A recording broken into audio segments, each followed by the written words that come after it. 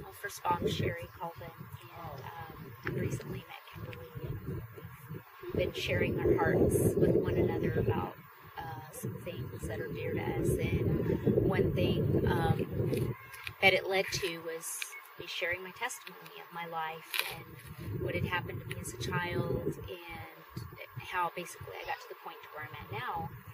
And I prayed about it and thought about, what do I say? How do I start this off? And basically, how it started was me sharing my testimony with you about everything. And I thought, so often when I would share my testimony, I would get a little sad because I thought it was kind of from a less than perfect childhood, sometimes quite horrible actually. And I thought, here we are raising our children, my husband and I, who we have grown children now, they're grown, but we raised them in a completely different environment than what we were raised in. We committed to that because we had committed to the Lord at early on in our marriage. So I thought, my children don't have to have, their testimony doesn't have to be horrible to be a good testimony. So I thought, what is a better testimony is our children being raised in a godly environment, in a different environment, and not have to go through the things I went through, and they get to share that they were able to resist those things, and not that they were perfect, because they were not. None of us are perfect, and we had some normal things happen. But I wanted them to know they didn't have to be down in the muck and the mire to know that you get dirty. They could just, they obviously knew our testimony, but I just thought it was really important that they understand they don't have to go through what the world says. Oh, it's normal, your teenagers are going to rebel, it's normal.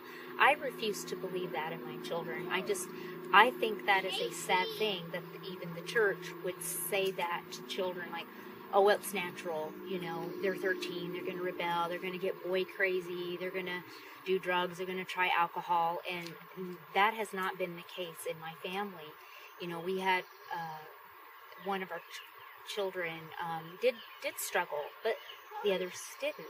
So I knew that being in that environment, they still had the free will to choose, but it wasn't something that was instilled in them that, well, you're gonna screw up anyway, so just go for it. I refuse to believe that, and I don't believe that about children and about teenagers. I think it's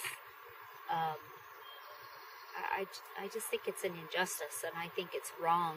I think it's borderline sinful that we do that we assume things about children. I agree. So I think that today, when I was praying about it, it was like, what's a better testimony is that they don't have to share all the horrible things that happen to them. However, with that said, I also want, there's two sides to the coin, because as you and I were talking, to reach especially young girls at an early age that are either already going through that, or to try to educate them and loving them to prevent them from going through such really difficult times at a young age.